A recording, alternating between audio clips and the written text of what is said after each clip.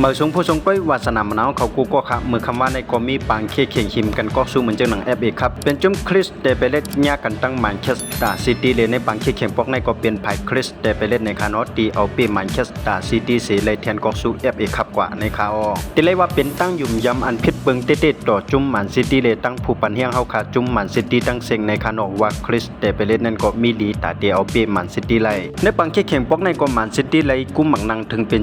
78%เลยไผ่คริสเดเปเลตนั่นก็เลยกุ้มหมักนังเอา22%กวยเป็นสมวัติเลยคุ้มหมักนังเอซิต้าก็กวยกับไผ่คริสเดเปเลตนั่นมือมีตึกต่างก็เขาตีอัมปันดูท่ามเลยปืดผุยปังเข่งมากก็เป็นไผ่แมนซิตี้ในคานอตีขึ้นสร้างกูอ่อนตั้งนั่นก็เป็นลูกเหมือนเจ้าหนังคิวินเดบลายยุคปันลิงฮาลานสร้างใส่กูพังคริสเดเปเลตกวยกาเจ้ากูเหมือนเจ้าหนังดินเฮเดอร์สันนั้นมีหลีเป้งโป๊ปุ่นตาตีปัดออกปาเปียดลอยลูกในก็อ่ำเป็นกูต่อมา16มินิก็เป็นพังคริสเดเปเลตในคานอตีขึ้นมาตั้งพังขวาที่มีชื่อว่ามุนยอดในคานอตีต่างเข้ากว่าตั้งนาโกเสียเยาก็เป็นผู้เล่นที่มีชื่อว่าเอเซในคานอตีได้สร้างเข้ากว่าเสียเยาก็เป็นไผ่คริสเดเปเลตตีเอาเปแมนซิตี้ไว้1-0ในพองยามนั้นต่อมา36มินิในคานอก็เป็นไผ่แมนซิตี้ตีเลยมาสร้างปนตีแทงหนึ่งลูกในคานอในป่วยในก็วนว่าเป็นลิงฮาลันเตก็สร้างเลยก้วยกาอ่ำใจเขาเลยยิบเอาหมักนังนั่นเสียกว่าปันโอมามุดก็สร้างเลยเชื่อเธอลูกในถูกเจ้าโกคริสเดเปเลตอันมีชื่อว่าดินฮันเดอร์สันนั้นปัดออกกว่าแทงปอกหนึ่งในคาอยกบางแข่งก็เป็นไผ่คริสเดเปเลตเดียวเปแมนเชสเตอร์ซิตี้เลย